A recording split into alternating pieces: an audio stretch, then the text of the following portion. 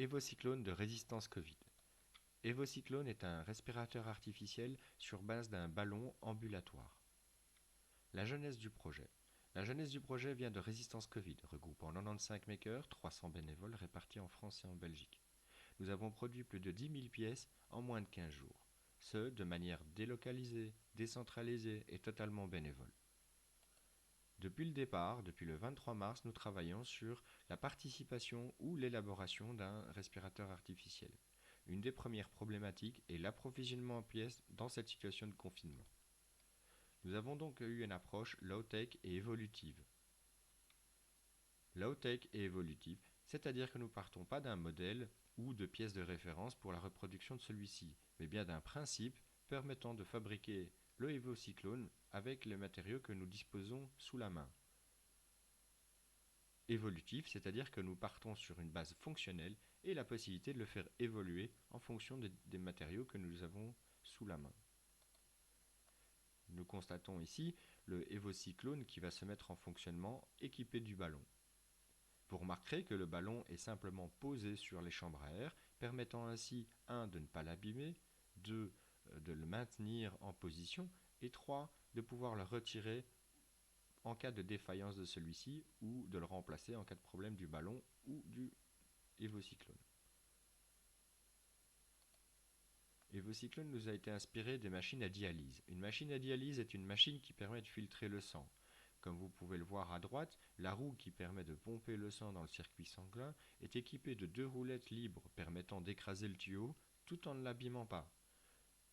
De cette manière, nous sommes inspirés du même fonctionnement pour créer l'Evocyclone.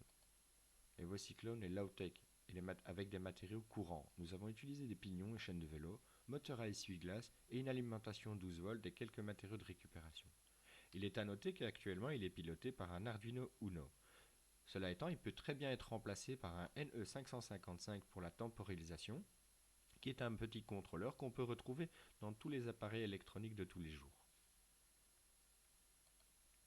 Evocyclo est évolutive, c'est-à-dire que nous pouvons y ajouter plusieurs autres cartes, permettant ainsi d'expérimenter actuellement l'utilisation de capteurs MAP, qui sont des capteurs de pression utilisés dans l'automobile, ou les capteurs de pression NXP qu'on retrouve dans le radiomodélisme, ou encore des capteurs cardiaques que nous pouvons soit fabriquer nous-mêmes, soit utiliser des matériaux courants utilisés dans le secteur médical.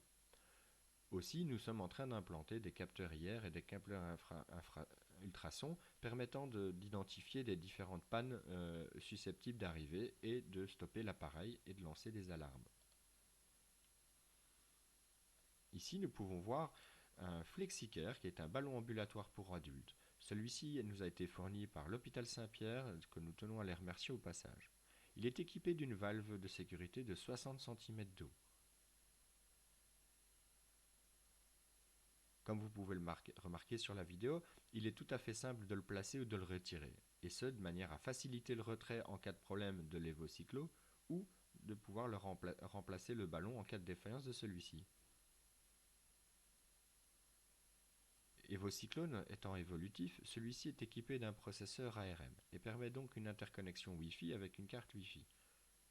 Dès lors, nous pouvons remonter les informations de débugage ou les informations patients directement à distance, mais aussi pouvoir piloter l'appareil à distance à partir d'une simple tablette.